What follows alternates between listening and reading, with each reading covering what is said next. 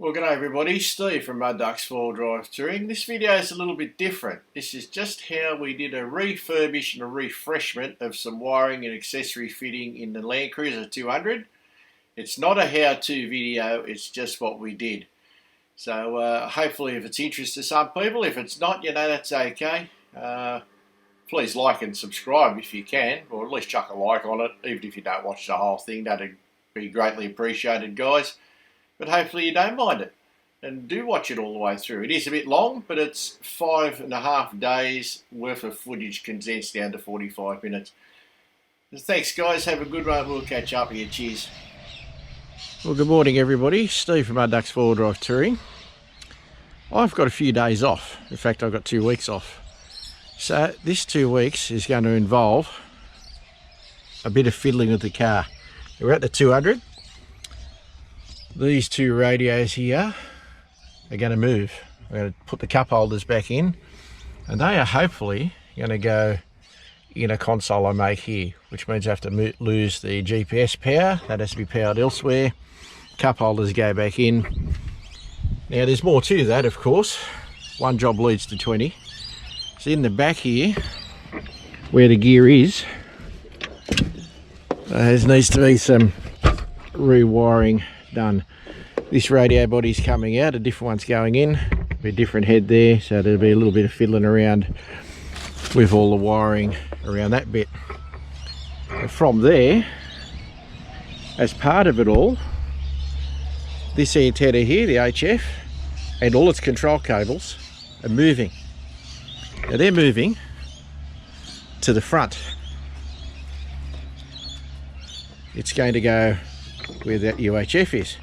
Needless to say, that UHF needs to move. Now I haven't even worked out where that's going to go.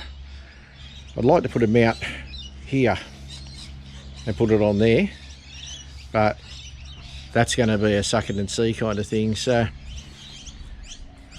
we're just going to fiddle with this over the course of the next 5 or so days and see where that leads us. As I said, I've got 2 weeks off. I don't need 2 weeks to work on it, but I certainly can't do it in a day. So a lot of fiddling around in there. Alright guys, that's about it for now. And we will catch up with you a little bit later. Cheers.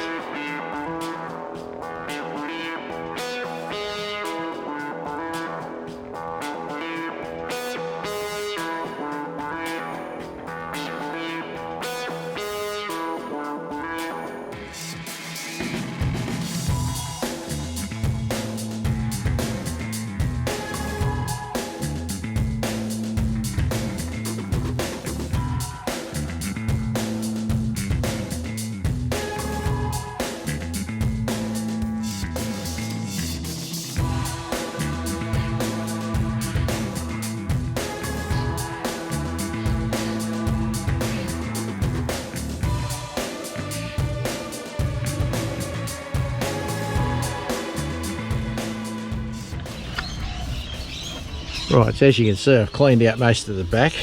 We're going to pull these back seats out. That requires removal of these bungs here, panel off there, and then the back seats will come out. Got some new trim removal tools the other day. Hopefully I'll make life a bit easier in certain aspects. Anyway, we'll get into that, and you can have a look at it in a while. Well, after some fun and games, and some swearing, that I didn't put on camera, the back seats are out. Give me a bit of room to work. And then Kaz has been in here getting crap out of the glove box because I have to make a panel that fits in there for the power leads. So that's going to keep me occupied for a little while too. Okay, I've got the glove box emptied. I've taken a panel out of there, which gets to the back of so to the air conditioning. I may run cabling through that, or I might not. But I've got this panel here, which I'll show you. That's going to find a home probably about there by the time I make something up to hold it. Hope you can see that okay on camera. It's pretty dark in there, sorry about that. So it's going to go there, and what I'll be doing is I'll have phones sitting in here to charge, that kind of stuff, and the GPS will be powered off this. So that's the next thing I've got to figure out. Yeah, I forgot to mention, my GPS lead already runs out for you here. So it cruises, these panels just pop off, just sideways like this. That gets you around the edge of the console. So obviously I've got to pull that lead out and feed it round into the glove box. Alright, I've discovered that when I want to run this wire down here, these panels are really close together, so I'm going to have to pull this A-pillar cover off. And that way I'll have some room around the back of a dash there. So, as usual, another 7 things to pull apart to do one little job. Okay guys, I didn't show you removing the glove box. Not that hard, there's half a dozen screws in different places, out it comes. All that gives me some hopes of feeding a cable up through there into the A-pillar there. So we'll have a look at that, because that's where that cigarette lighter socket's got to come from the GPS. Right, I'll use a scrap bit of timber to make a front panel to sit in there. It's around about 70mm, give or take. It's a shitty old scrap bit of timber, which used to be part of an old bed or something. It'll be big enough. So I'll cut that out and do something with it.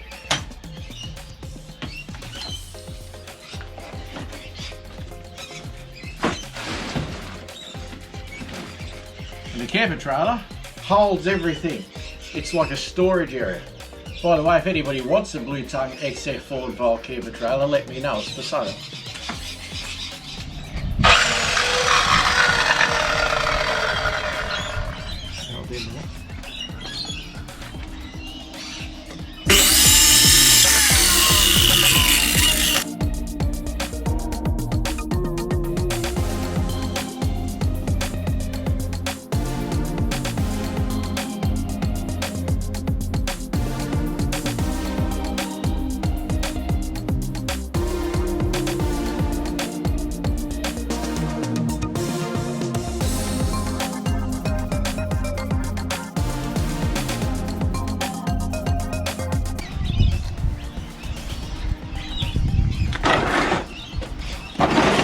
Always put your tools in places you don't step on. Something I've never done, but always do it.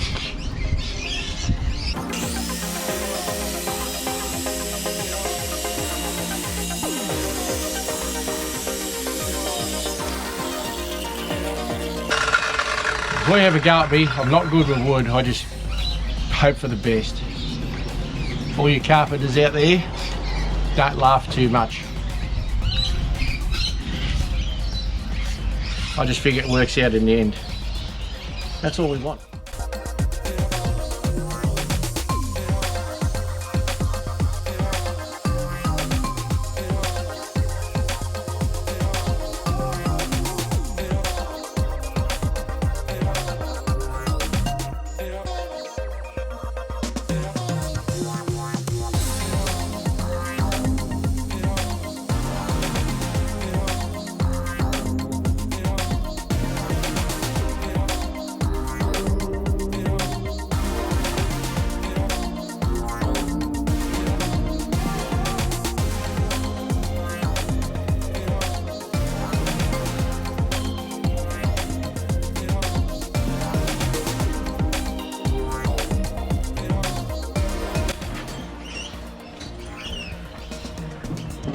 Sorry, I was trying to answer. Yeah, way ago.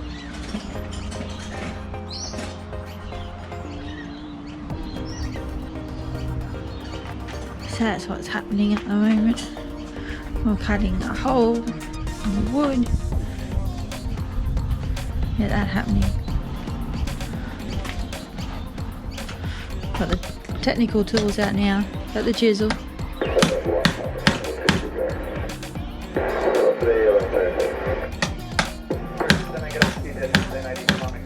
So we're coming along here, Steve. Yeah, getting there. Made the hole now. Got the hole for the back to put the gauges in, or the sockets in. Just go drill some little tiny pilot holes just to make it easier.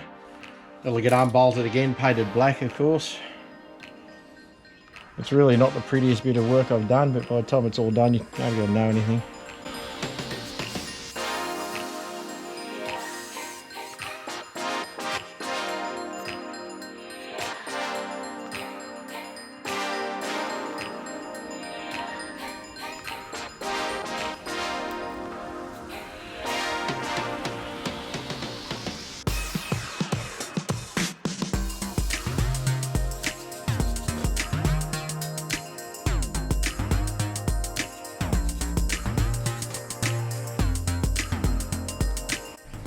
Normal people would measure it and mark it and pre-drill it, but I'm far from normal. As you all know, anybody who watches my channel is well aware that I'm not normal.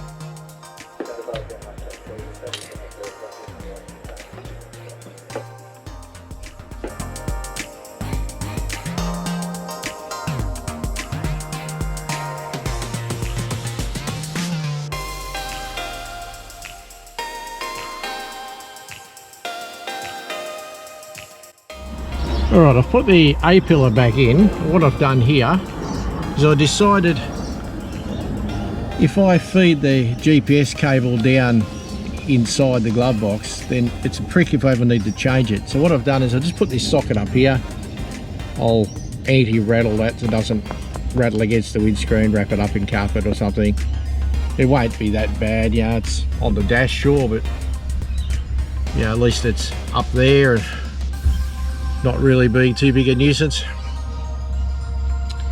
So it tucked in there pretty well. The A-pillar's back where it's meant to be. Down into here where the glove box is completely out at the moment. That's the leads that'll go from the panel up to it.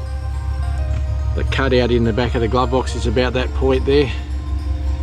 So we'll be able to feed that through. Just waiting for the little console arrangement to dry. This is it here. Painted black. Just a little timber panel. Once it's in the dark there, it'll be very difficult to see.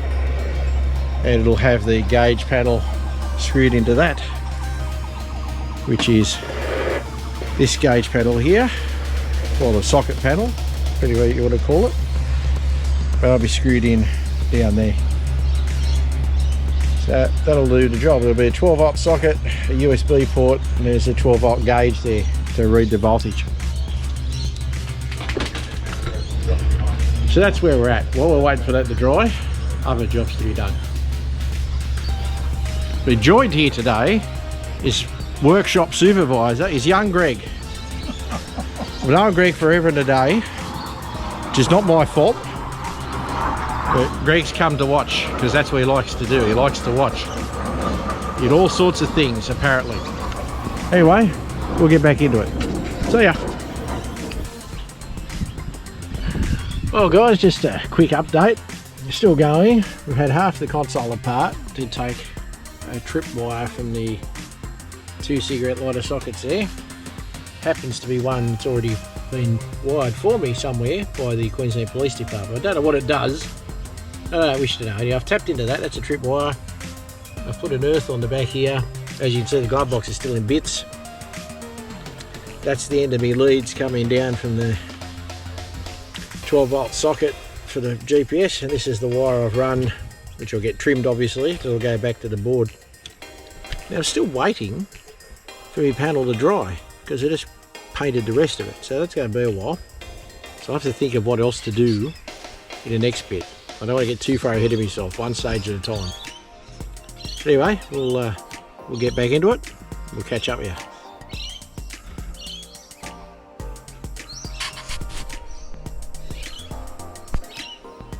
We haven't shot anything for a while, but I put part of the console together, and that's the blank facial I've made so far.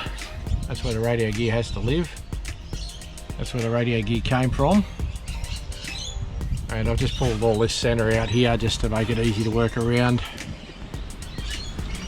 I've got this wire here. It's ready to go to the relay. I'm still waiting for the other thing to dry, so that'll probably be a tomorrow job. It's 3 o'clock in the afternoon. I've been going since 9 o'clock this morning. So I'm getting to the point where I could keep working on it, but I'm getting over it. But anyway, we'll keep fiddling. Let's see how far we get, but I'm not expecting to work on for much more than another half hour.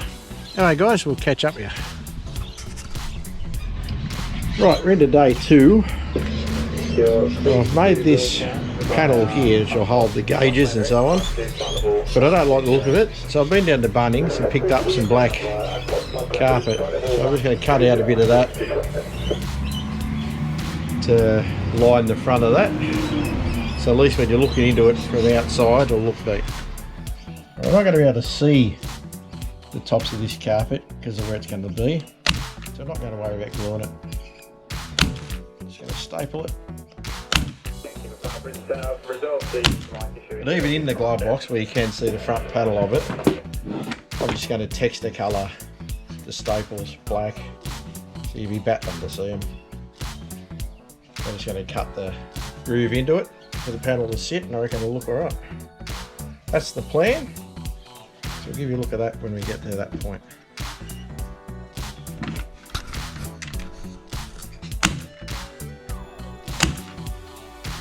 Staples. What would you put it out of? Zito tools, just for Brett. Zito.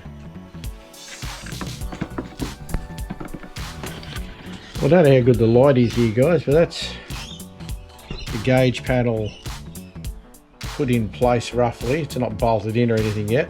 You can move it. The wedges in there. I reckon I'm probably going to put a screw in from the side into the body, through the body there with the glove box to help hold it. And with this other gap here, this panel goes back on. I'm going to trim a little bit out of the edge of that panel for the wiring to go at the back. At the back of the glove box, there's plenty of room. That's the back of the panel there, so I can bring my wiring out there once that's trimmed off, so that it goes in from the inside. And that should solve the wiring situation, and hopefully that'll be good. Okay, I know you've seen this before, but that's in place now. Now there's the back, it's in place. So I've done that bit. Cut out that little hole there. I hope that's light enough for you to see guys. And that's where the cables are going to come through. Now I'm going to start on figuring out the wiring for it, and then I'll physically attach this in here so it doesn't come out. I just have the cabling coming out the back. Now I can pretty well put the glove box back in the car and do the rest of the wiring in the car. But that's how that's going to be. USB's on the right. SIG socket there, little volt gauge because it just came in the panel. I liked it, and it's all going to be on the ignition, so it'll switch everything off. And we'll just chuck phones and things in the top here to charge them up, because the wife doesn't need to be looking at the phone. And if you really do need to take it, I'm sure you can feed a lead out through the lid. Anyway, we'll move on. Okay, well that's the panel lit up in test mode. I have a battery in my sheds, it's very easy, power some stuff. Kaz's hands, I'm holding wires on the terminal, so that's Kaz's hands showing you that the USBs light up, the voltmeter lights up. Obviously 6 sockets don't light up. So it all seems to work, so we're getting closer to testing it out. I'll plug something into that 6 socket before I put it in the car, but so far so good. Cheers! Okay, well, we've now got that wired up. Now what I've done here obviously is pretty straightforward for anybody who knows 12 volt. All the earths are joined in together. All the positives are joined in together. They're fed from the relay. The relay's in there because I want this to run off the ignition circuit. So that's the trip wire for the relay there. That's a heavy duty wire from the battery, and that's a heavy duty earth wire. Now I've left those all short, so I'm going to put plugs on the end of them, so when this is all in the glove box, I don't have to go right up into the glove box to unplug everything if I need to. So that way, if the panel has a problem or whatever, I can unplug it in the kick panel rather than have to dismantle half the dash. Anyway, we'll give you a look at it when it's in place. Well, after a fair chunk of the day fiddling, this is what I've got. The voltmeter, the SIG socket, and the double USB port in the glove box. I'm also now powering the GPS from that connector there, which is powered off the back of that panel you just saw that's in the glove box, and that all switches off with the ignition. So when I kill it, stay pointed at that, when I kill it, it should just do this. How good is that? Only 2 days to get to that point. Unbelievable. Just in the process of figuring out the radios in a new spot. Obviously the timber won't look like that. That gets them out of there. Stay tuned. Wednesday, day 3. As you've seen previously, I got that part completed yesterday. Pretty dark in there. Just pulled the bit of timber out I had holding the radio gear in. Got to feed the cables that went to the bodies back out. Got to work a new place for the EDS. I don't really want that there once the cup holders are in place. So that's going to be part of it. I'm pretty sure those cables will go under the carpet through there, so that'll keep me occupied for a little while. Okay, well, after some delays and not having the bits I needed, I've had to duck down to ARB Newcastle and get this bracket, which is GME one. Amazing enough, they come in black. They only used to be stainless, but now you get black ones, which suits me because that's going to hold that aerial there and the drop over mount. So I didn't video me putting it in because, you know, it's 2 bolts wraps around the bar. How hard can it be? Right, catch up. Right, the GME bracket, well, the Rhino rack bracket and the GME bracket are now married. Congratulations, brackets. Folded on, got the tilt over bracket here, folded on. Coax is rerouted along there. Yeah, I use electrical tape to hold it and to make sure that the zip ties don't crush it. And the zip ties also hold it, but they make sure the electrical tape won't peel off. Now, the tip, guys, if you're using zip ties in a position where you can do it, is when you trim the tie, I don't know if you can see that, when you trim the tie, file it off. So you've got to get your hands in there later on, you can cut yourself. Now, I know that's not possible everywhere, trust me. I cut myself on zip ties more than you care to think about. But if you can do that, just to protect yourself, do. So that antenna's on. It happily tilts. This is the short one, so I can have the bonnet up. Tilts over the driver's windscreen, but you know, who cares? Not running it down anyway. So, and with the long one on, that's the idea of it. Obviously, the short one on, you never need to tilt it. Now, that's that bit. I had enough coax saved in under the engine bay here, so I could do that. So I can tidy that up down the back of the bull bar there when I run the second bit of coax up for the coding. Anyway, we're getting there slowly. Right, a bit further in the day, I've got into the console. I've managed to route the control cable for the 8900 up to the back of that, but I have to completely change the control cable for the 706 compared to the 7000. So I've got the 7000's lead out to here. Now I'll lose where it goes under the seat, so I've got to work from the other end. So having working from the other end, I've now pulled the 7000 out of its mount here. If anybody doesn't know, or is not an amateur, the IC7000 is an HF amateur radio. similar to your 4-drive radio network, but on the amateur bands. So I've pulled the radio body out of there, and I've uncabled the coaxes and so on. And here's the end of its control lead. Now it ducks into this panel here, which now I have to pull out. So Karen's just taking everything out of that quarter there, because this is one big plastic panel, this bloody thing. So I've got to pull that out anyway, because leads and stuff go in there. So that's what I'm up to next. Okay, Kaz has taken that stuff out. I've undone that back panel, and I've got this panel loose. I was going to take it out, but I don't think I have to. I just need to be able to reach under there to grab cables. So that's probably a bonus, because that panel taking out is going to be a prick. But anyhow, start following some cables around. Here we are, back at the truck again. Replacing the 706, putting it back into position. And a lovely angle Steve's on today.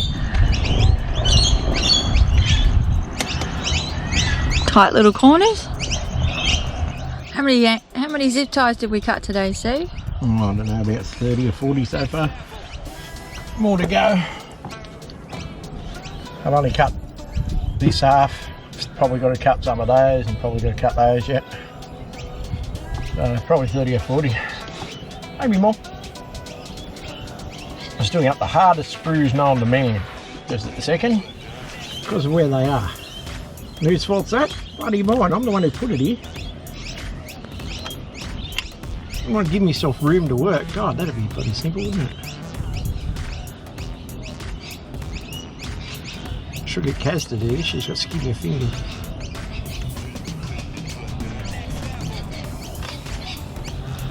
What, and go anywhere near your lovely work? Not likely. Okay, well into day 3. And you sometimes feel like you're getting nowhere, but I've come up with that. Carpet, radio heads. Don't know how well that's coming out of camera. I reckon that's going to look alright there, like that. And yes, it is close to the shifter, but you know, put your hand around there like that or on top, I don't think it's going to be a real problem. Operating a radio, well, you're usually driving when I operate them, or put it in neutral, so it's a couple of clicks further back, so I don't think it's going to be a great issue. Partially, it's really the only practical place for them. I like it better there than I did in here. So that's we're up to today. I've got to make some brackets to stabilise it. At the moment it just wedges in, but I think it'll pull out, so I want to just make some brackets to hold the top of it back into the dash. The 2 side panels of the dash come out with literally a screw on each side. That's it, that's all there is to it, so not too painful. Okay, possibly all I've got for day 3. I don't think I've done very many videos today, but hasn't been a lot I could really show you. Anyway, we'll move on and see you on the next bit. Okay guys, after quite a few hours, longer than I thought it was going to take, and 2 redesigns, I've wound up changing the brackets I was going to build. What I've gone with, I don't even know if you can see them, there's a bracket down there, holds the head in, another one just there. A bit hard to see. I mean, 2 panels are there. All sits solid. I've got to put the microphones in, but it's not a big deal. Unit ends mic still comes out where it came out. I can still get to these controls. They're no problem. And I don't belt my fingers on the radio there. The glove box, or the console cup holders are back in. And the phone's in there. Clean all this up, just to get the bits of tape and stuff off it. And find homes for the mics, and then I can move on to doing the rest of it, relocating antennas. And I've got to find another spot for the EDS, because it was down here when the radios were down there, but never really any good. I used to have it up on the steering column, but it gets in the way of your being able to see the gear you're in and stuff like that. So I don't like that either. So I've got to figure that out. Anyway, it's getting on. It's getting on. So I'll just do some tidying up around the center console, and then I can probably look at relocating the antenna and putting power to the 706. Got power on the FT8900. As you can see, it lights up as it always did. It's going, so it's all good. Because I didn't take the body out or disconnect anything from the body, so it should be as it would normally be. Hey guys, we've come to the, well, getting towards the end of day 4. I thought I was going to be further ahead, but in the end it's probably not too bad. As mentioned previously, I had to redesign things. Anyway, the scan gauge has gone back up above the steering column. Funnily enough, it sits better than it did last time. So, shouldn't get in our way. Microphones are all mounted so they won't tangle up with each other, which was always a possible problem. Excuse the blurry footage or the shaky footage, guys. I'm jumping in and out the truck. So that's the mics in place. Radio gear in place. It's all solid as I showed you earlier. Unit end mic still hanging where it was.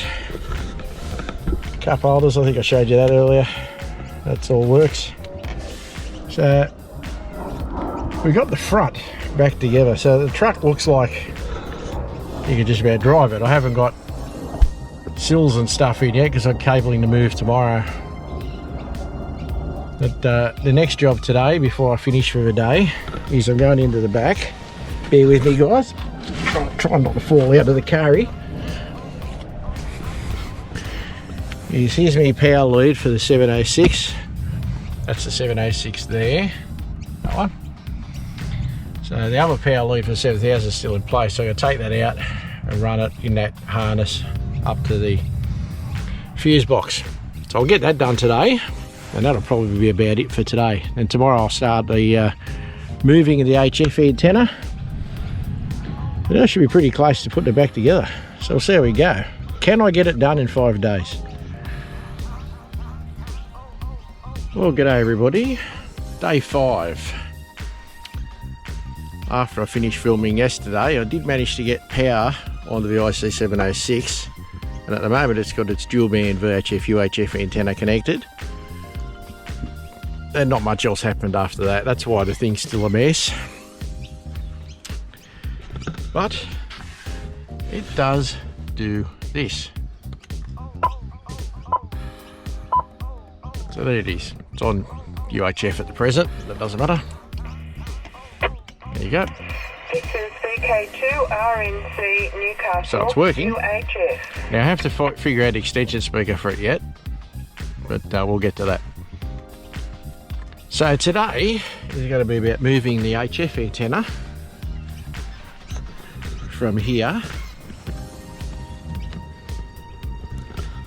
over to here, where the old UHF area was. And that of course means moving the control cables, the coaxes, hence why all this is undone everywhere. And pretty well once that's done, I can really think about putting it all back together. Right, I'll show you what I can when there's stuff to show you. I mean, let's face it, you don't need to see me unbolting the aerial, undoing the leads. So it'll be more just to show you what I've done rather than how I do it. Welcome back. Well, after considerable time being sidetracked and having to do things I didn't have to do, that's where the Coden's going to, well, I didn't think I had to do. That's where the Coden's going to be. I've physically run the earth cable for it. I've got to run the control cable down now. So it's just dangling here, ready to go. Got to run a new coax up to the radio because the other one's way too short. So that's what I'm up to. But it took a lot longer than it should have because I forgot which way I ran the cabling. I had to pull the tail light out, get in behind that paddle there where the striker is for the tailgate to get the cable out. To do that I had to pull half of this out. To do that I had to pull me table out, which you'll see more of in a future video. And yeah, I'll put it all back again. So that was a challenge. Anyway, so I've taken a lot longer than I should have, but anyway, if I don't get it done today, I guess it won't be a 5-day job. Yeah, we'll show you more when there's stuff to show you. I did want to show you pulling tail lights and stuff out of it. Yeah, should know how to do that stuff, and if you don't, if you'd like to see how to do it, drop me a note, I'll do a video on it. Anyway, time to feed some cabling down through all this and get closer to that. And as usual, as part of these jobs, I had to reroute this cable because it was a mess in there, so I fixed it up, so now it's a lot better. Hey, see ya. Right, after a lot more time than I wanted and occasional setbacks and some serious modifications of some leads, but in the end it fires up and put on 40 metres, hit the tune button.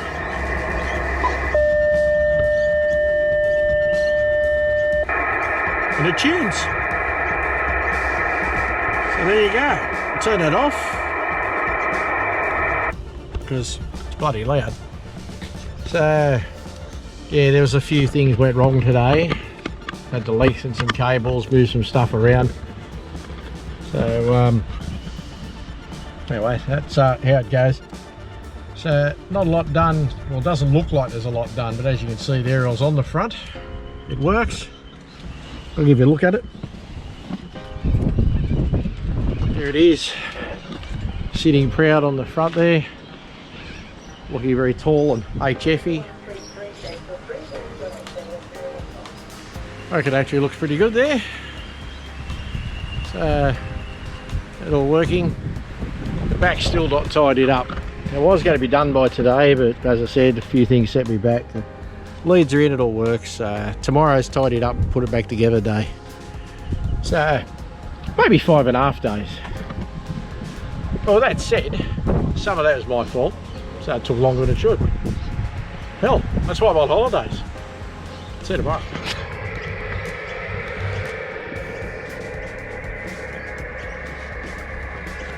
I'm not sure if it's patience or stupidity, but harnessing up all these cables takes ages.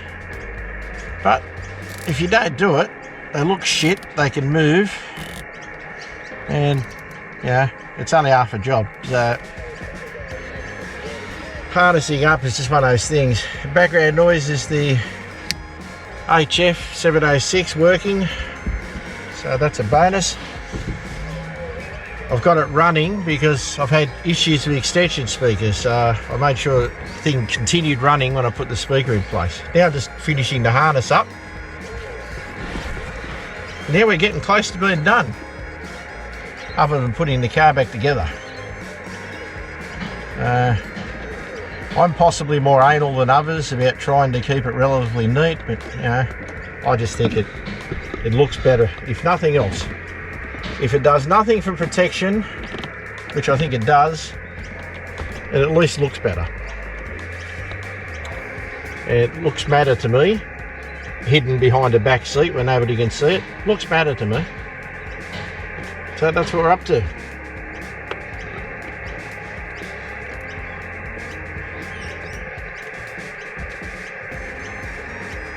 I think it looks wonderful.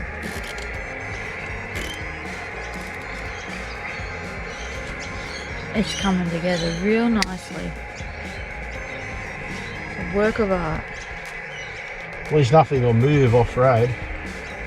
That's important. There's a messy junction there I can't do much about. But wires are going in 5 directions.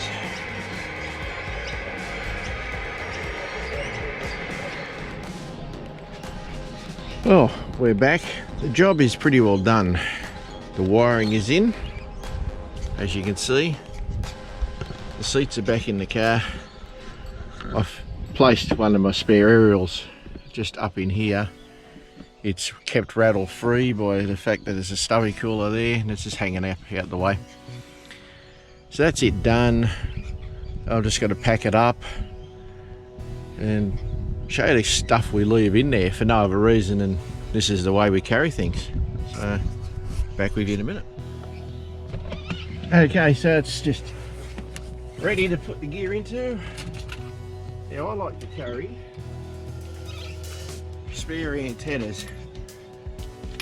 The big grey one there goes on the roof for one that doesn't flex as much. These are spare amateur antennas in case I break one of the ones that I'm using. Not much going on there, but they just sit on the floor there and they don't rattle for a couple of reasons.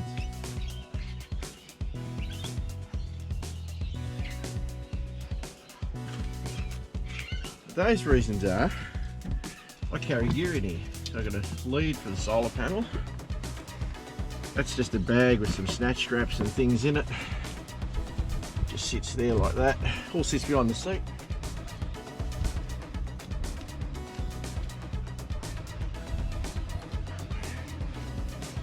Got my portable compressor. Because let's face it, you can't get four drive without your compressor, can you?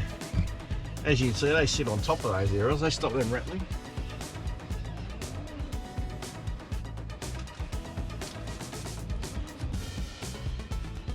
Now for the voyeur in you, pair of binoculars. They just get carried there when you're around. I carry my recovery hitch. Just lies there on the floor. And as it happens, just some paper towels. And I just literally wedge the edge of those under that. It holds everything in there. Now it doesn't look all that exciting, but it does the job. So I'll just get you out of where you are. Sorry about that. And it's literally shut the seat, clip it back in. That's probably not the world's greatest footage, guys, is it? Anyway. And then back around to this side. Same deal.